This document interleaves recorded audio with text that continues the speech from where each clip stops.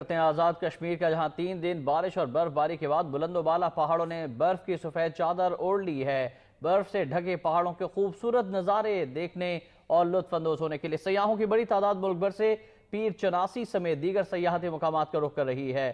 میرپور آزاد کشمیر سے رپورٹ کر رہے ہیں محمد دانش۔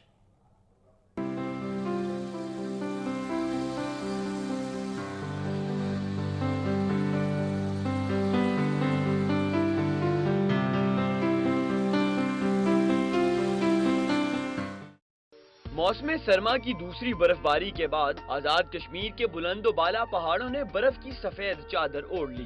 خوبصورت نظاروں اور برف باری کا لطف اٹھانے کے لیے سیاحوں نے ہزاروں فٹ بلند مقام پیر چناسی کا رخ کر لیا۔ مسحور کن نظارے یہاں آنے والوں کو سحر میں مبتلا کر دیتے ہیں۔ کنال ویو سے آئے ہیں، لیکن اس کا ایٹماسفیئر، اس کی جو سنو پڑی ہوئی ہے، ایسا لگتا ہے کہ ہم سوئٹزرلینڈ سے بہتر جگہ پہ ہیں۔ پیر چناسی آنے والے سیاح برف باری کے نظارے دیکھ کر جہاں محظوظ ہو رہے ہیں، وہیں ایک دوسرے پر برف کے گولے برسا اور ہلا گلا کر کے سیر و تفریح کا مزہ دوبالا کر رہے ہیں۔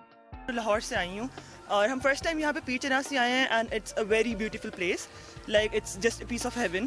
بٹ یہاں پہ تھوڑی سی فیسلٹیز کا لائک روڈ ورک یہاں پہ ہونا چاہیے، راستہ بہت خراب تھا، باقی بہت اچھا ہے، بہت خوبصورت جگہ ہے۔ مری تو جاتے ہیں لیکن ادھر برف بہت زیادہ ہے، تو اور لوگوں کو بھی ادھر آنا چاہیے۔